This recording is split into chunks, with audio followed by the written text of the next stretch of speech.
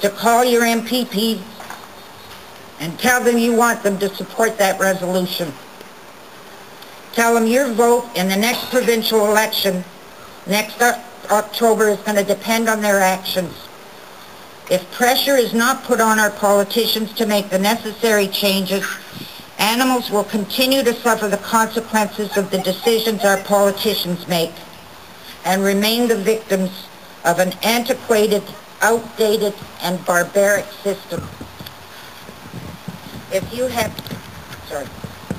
have any feelings for animals, you can't let that happen. No member of RAAW can allow it.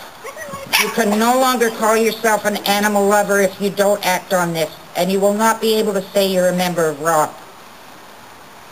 We presently have a government who doesn't believe animals are an important issue. How can they be important to politicians? They don't vote. Most of us thought the situation was under control because we assumed the experts in the field were doing their jobs.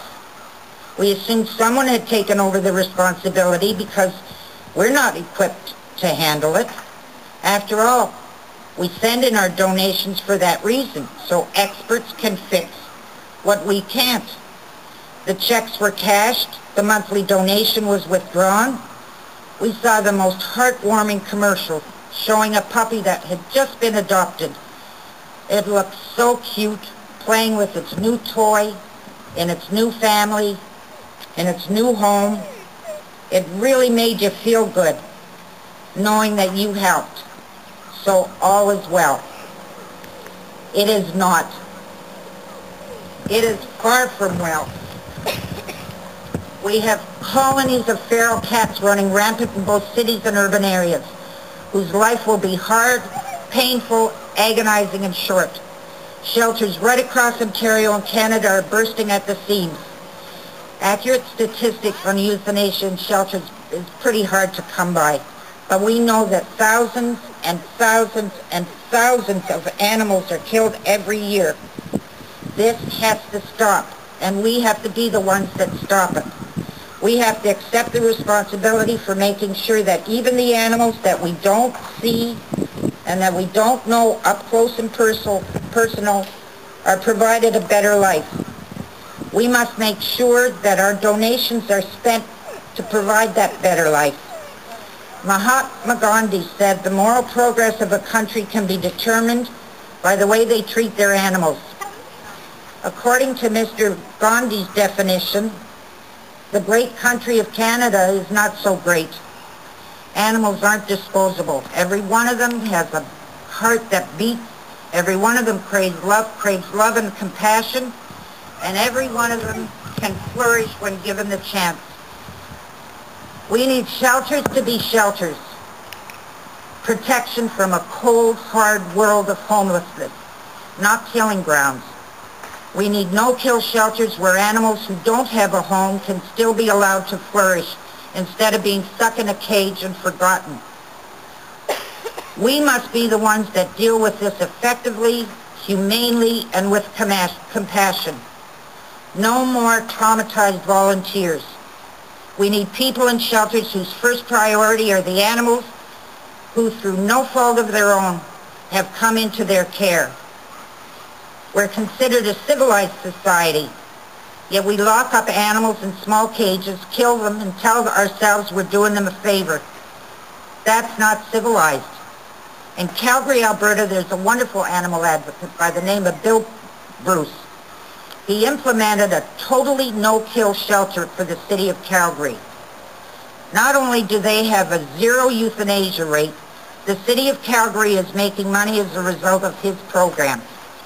It's feasible, it's possible, but what's more important is it's civilized.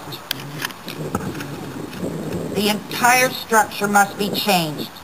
We must come out of the dark ages and uncaring hands must be replaced with the tender touch from those who work in shelters. The importance of health, safety, and comfort for animals in their care must be part of their mandate. Those high-ranking positions must not have only the intelligence, they also have the heart to run a shelter properly and as it was meant to be run, by making the animals their highest priority.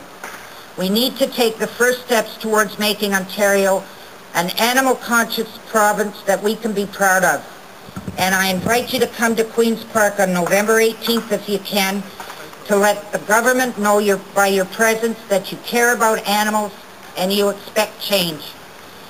As a member of RAAW, call politicians at every level, federal, provincial, municipal, ask them what their stand is on animal welfare.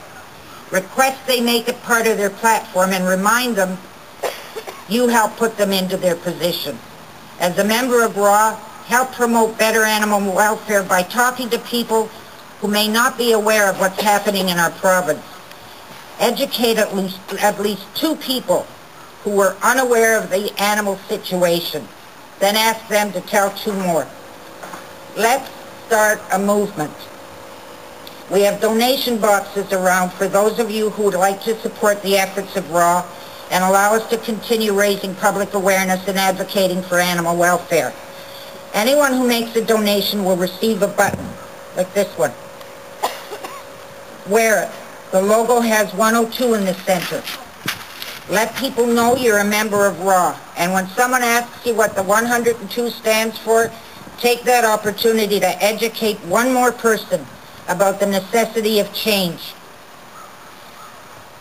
Even if you've come only for the blessing, please stop at the memorial table, which has been set up to pay tribute to the 102 animals we lost.